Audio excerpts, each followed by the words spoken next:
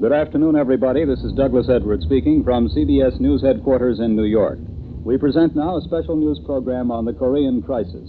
It is morning in Korea, and American bombers and fighter planes are attacking tank formations of the invading North Korean communists in line with President Truman's historic order committing the United States Air Force and its Navy to aid the forces of the South Korean Republic.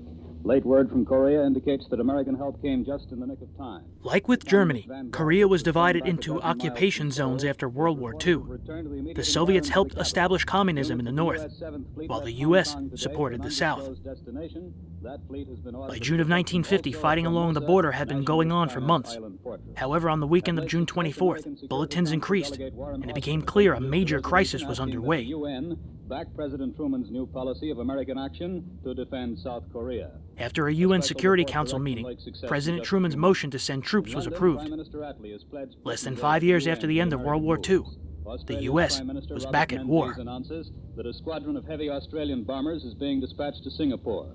So far, the question of Russia's position remains a secret of the Kremlin. American diplomatic officials are still hopeful the Soviets will refrain from openly joining in the Korean struggle and permit the fighting to end without the threat of a third world war. As a matter of fact, the State Department announced a few minutes ago that the United States has asked Russia to use its influence with the North Korean authorities for the withdrawal of the invading forces and the cessation of hostilities.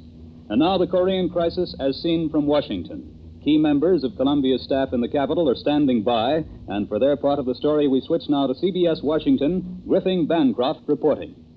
That August, the manager of a Montana semi-pro baseball team took color film of 2 UFOs flying over Great Falls. The next year, several V-shaped formations were spotted flying over Lubbock, Texas. Witnesses included professors and students from Texas Tech University. Then in the summer of 1952, some of the most famous UFO sightings of the 20th century occurred. In July, a series of sightings happened at 3 separate airports in Washington, D.C.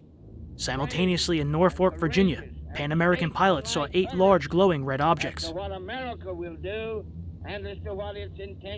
The sightings made front-page headlines around the nation and led to the formation of a CIA panel.